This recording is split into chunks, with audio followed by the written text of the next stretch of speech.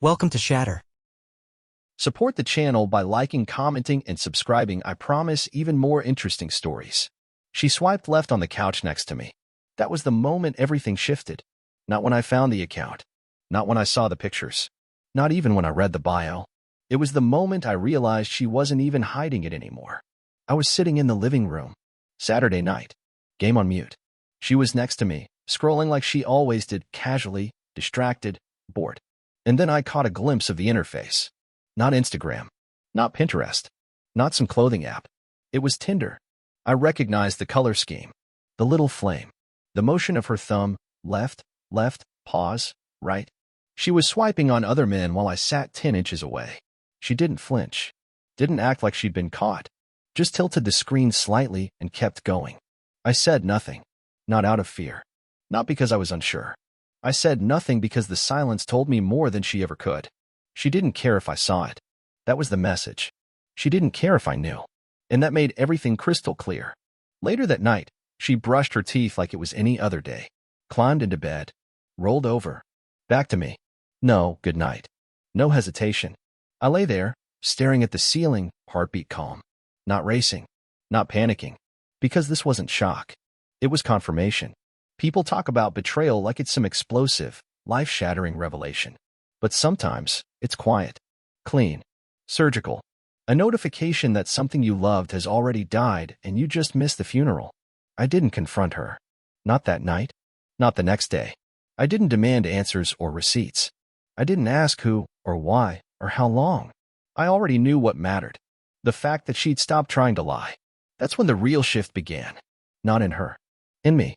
I stopped planning for the two of us. Stopped imagining the future with her in it.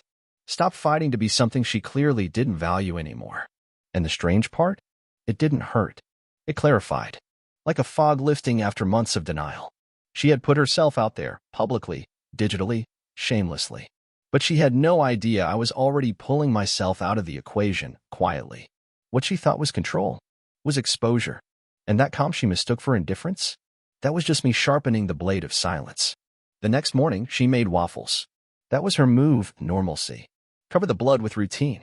She stood barefoot in the kitchen humming a song I didn't recognize, hair tied back, acting like the woman she hadn't been in months. She poured my coffee, placed it next to my plate like nothing had shifted. No mention of the night before. No mention of the app. I said thank you. She smiled. And in that moment, I saw it all. She wasn't scared I'd seen. She was counting on me pretending I hadn't. Because that's how it had worked for months, maybe longer. The unspoken rule, don't name it. And it doesn't have to be real. She'd test the boundaries, and I'd retreat into politeness. But this time I wasn't polite. I was studying. She talked about weekend plans. Mentioned her friend Brooke. Said they were overdue for a spa day. I nodded. Ate my breakfast. Watched her try to perform closeness like a script she barely remembered. She wasn't trying to fix us. She was trying to manage optics. Because to her, appearances were survival. The smiling wife. The clean kitchen. The online post with captions about gratitude and evolving love. But what she didn't see was that I was evolving too. Just not toward her. I began observing patterns. When she left the house. Who she texted with a smirk she couldn't suppress. Which night she took extra time to run errands. I didn't stalk. I didn't accuse.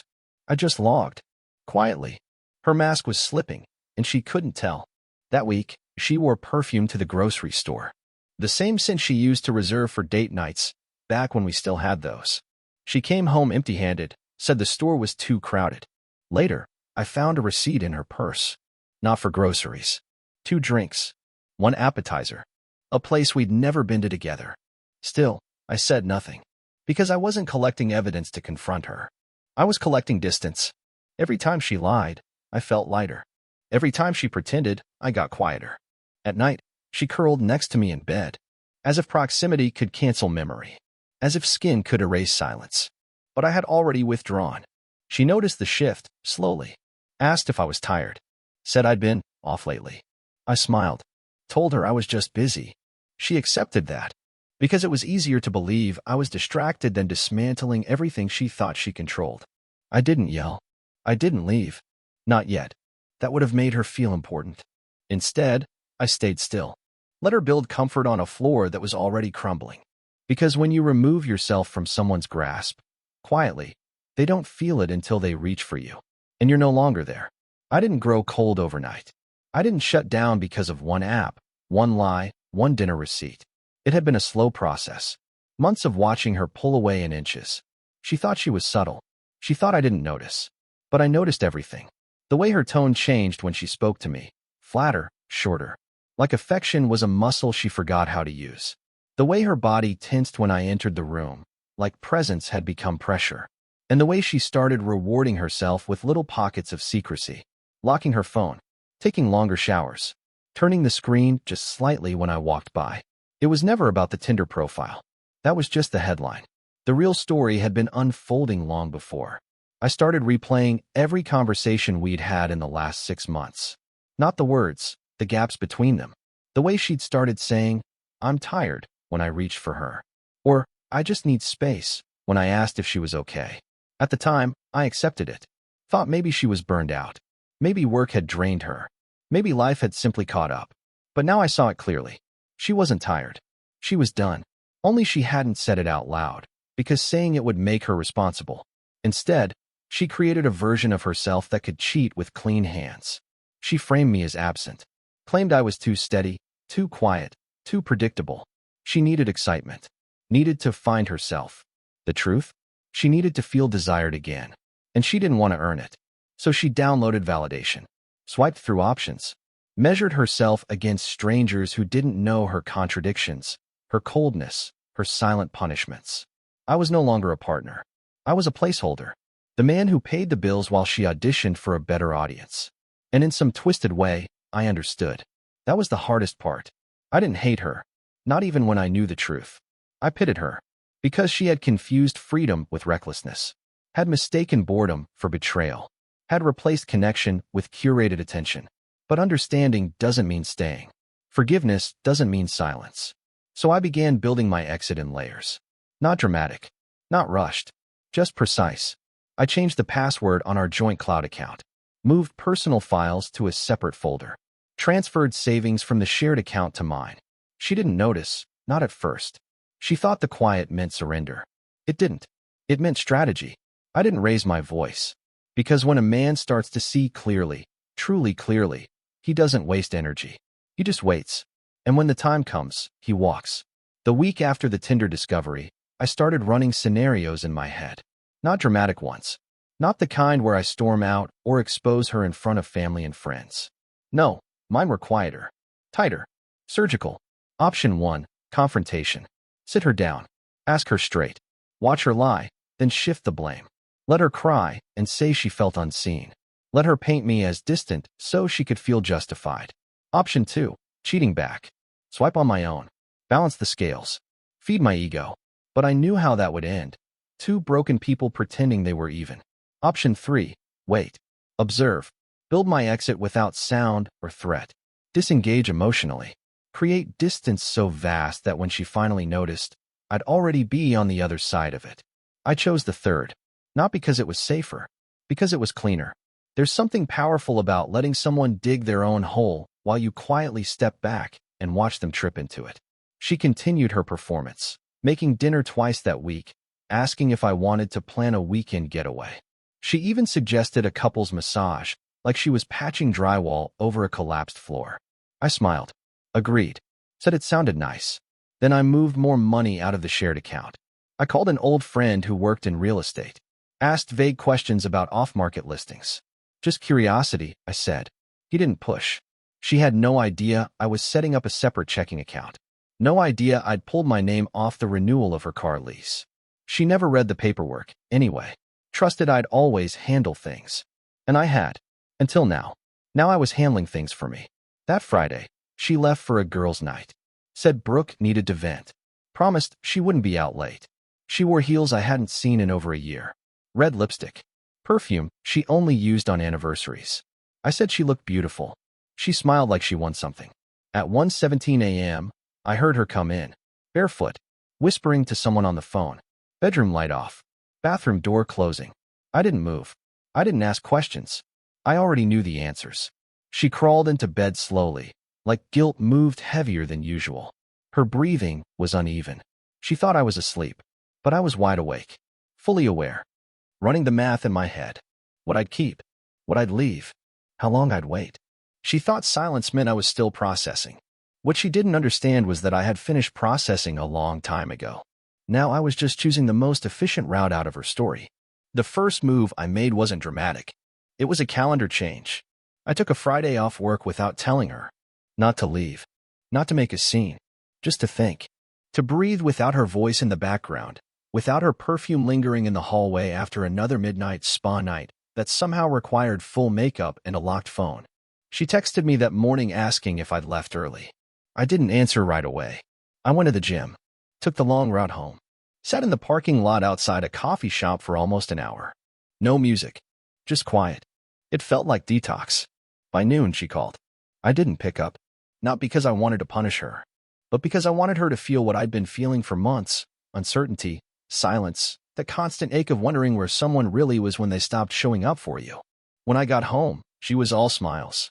Said she thought we could go out that night. Just the two of us. I agreed. Let her believe we were healing.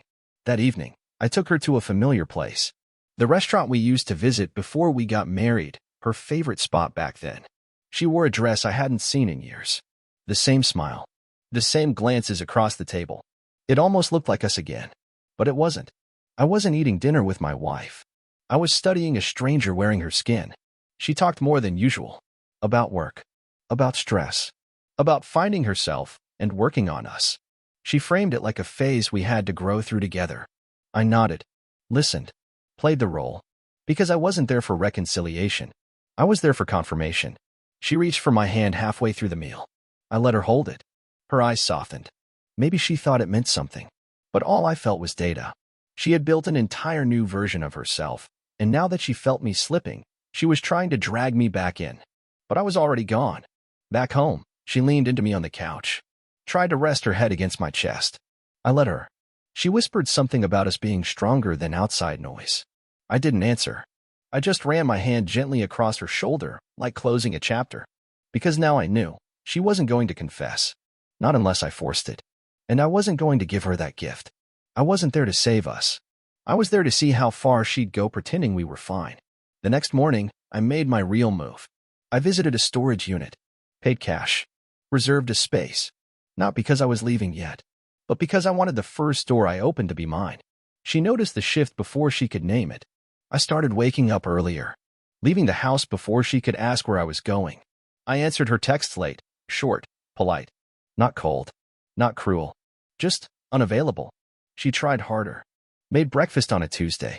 Eggs the way I used to like them, before she stopped asking.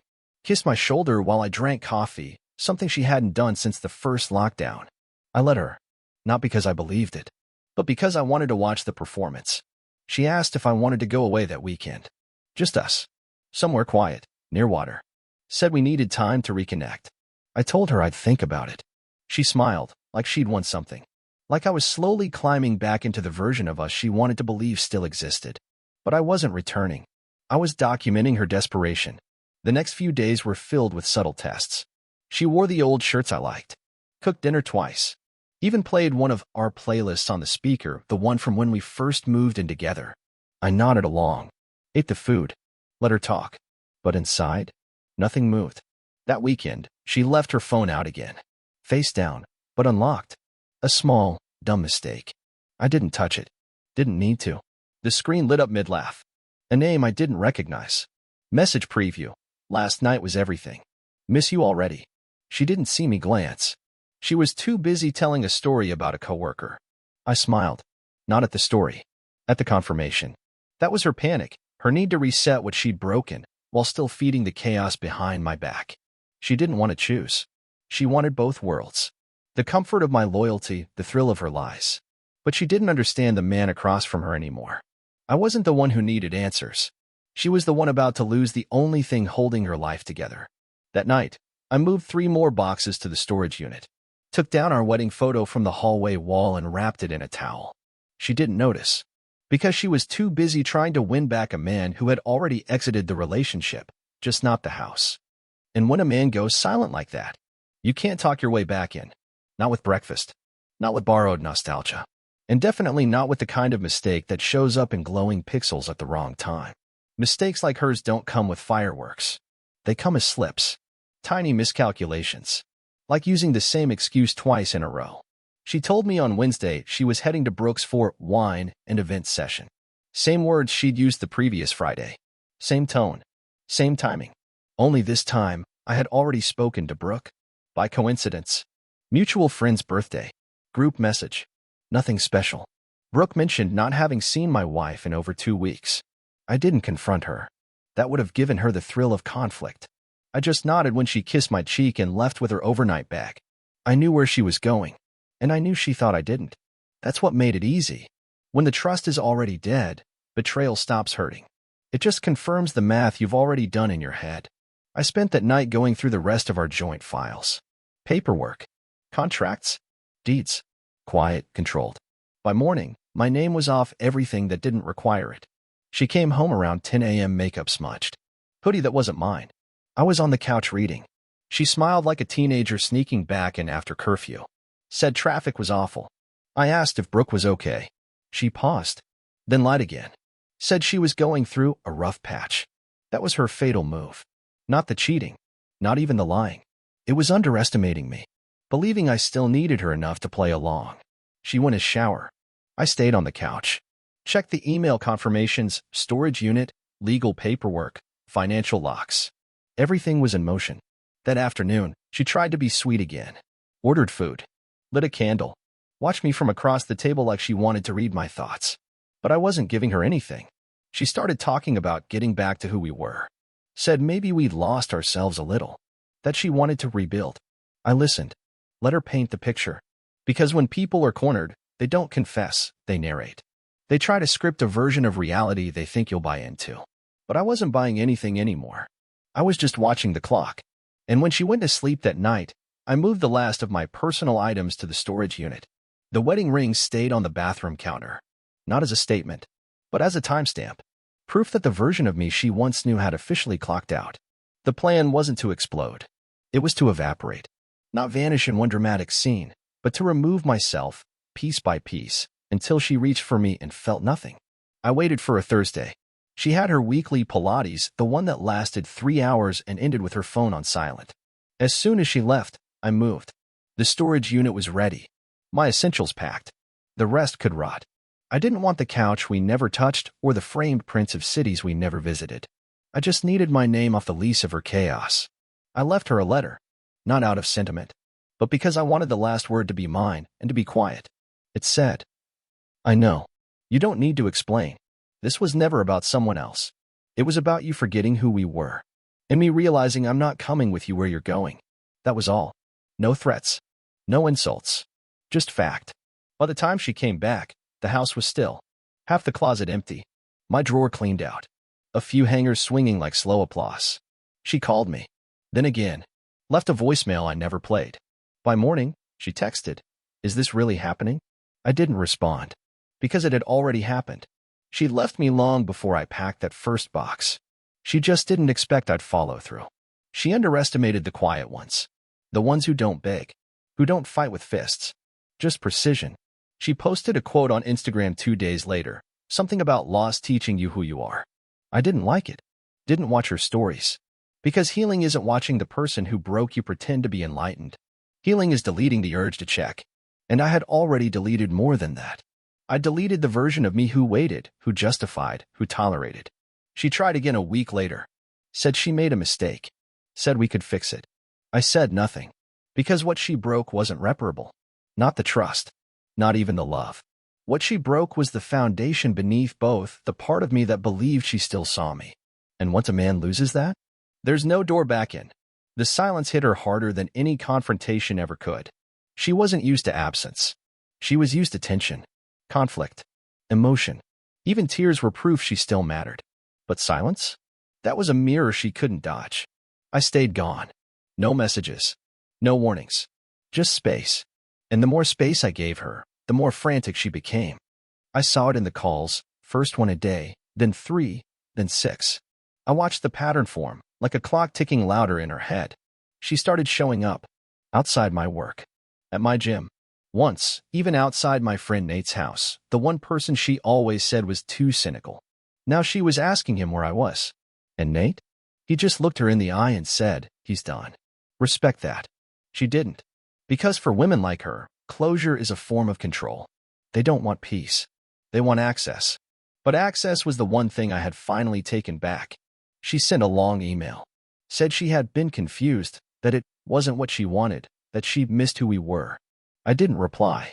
She wanted the version of me who used to listen, who used to fix things, who used to believe her tears were honest currency. But that version no longer existed. I had buried him under every lie she told with a smile. Friends started asking questions. Mutual ones. The kind who don't pick sides but still want the inside scoop. I said the same thing to each one. She played herself. Not bitter. Not smug. Just accurate. One of them said she looked lost lately. That she wasn't posting anymore. That she seemed smaller. I said nothing. Because what was left to say? The woman who used to measure love and attention had finally run out of applause. And the man she assumed would always wait had stopped watching. People like her don't understand that silence isn't revenge. It's rebirth. I didn't need to humiliate her, or expose her, or parade the truth. Because the truth had always been simple. She left me emotionally long before I left physically. I just made it visible. And now, the absence she once took for granted was permanent. It's strange what peace really feels like. Not loud, not euphoric, just weightless. The kind of quiet that sits on your chest and finally lets you exhale. I didn't move across the country, didn't dye my hair or start posting deep quotes about rebirth. I just lived. Different address, different rhythm, same name, but no longer tied to hers. I kept things simple. Small kitchen, fewer keys, nothing in the drawers that wasn't mine. The silence wasn't empty anymore. It was earned. She stopped trying after the third week. The calls slowed. The texts dried up. The apologies turned into passive lines. Hope you're okay. Just checking in. You'll always mean something. I didn't block her. But I didn't respond either. Because peace doesn't beg for attention. It closes doors without slamming them. Sometimes I'd see her name flash across my phone and feel nothing. That was the real closure. Not rage. Not satisfaction. Just detachment. There were no courtroom battles. No screaming matches. No final dramatic goodbye. Because this wasn't a movie. This was real life. And real life ends quietly when people stop showing up. She still doesn't fully understand what she lost. Not because I was perfect. I wasn't. But because I was real. And in a world full of attention-chasing distractions, real is rare. Now, I work late. Sleep better. Eat slower. I say no more often. I let silence answer questions that words never could. Friends ask if I've moved on. I don't even know what that means anymore. You don't move on from a fire. You rebuild where the ashes taught you something. If she ever really changed, maybe she'll become better for the next one. But me? I don't wait for that kind of redemption. I just remember the lesson. Never stay where you're only loved when you're leaving. And I left. Not with drama. Not with revenge. But with clarity. And in the end, that's the loudest silence you can give someone who thought you'd never walk away. What would you have done in my place? If the story hit you, leave a like. And don't forget to subscribe. It only gets stronger from here.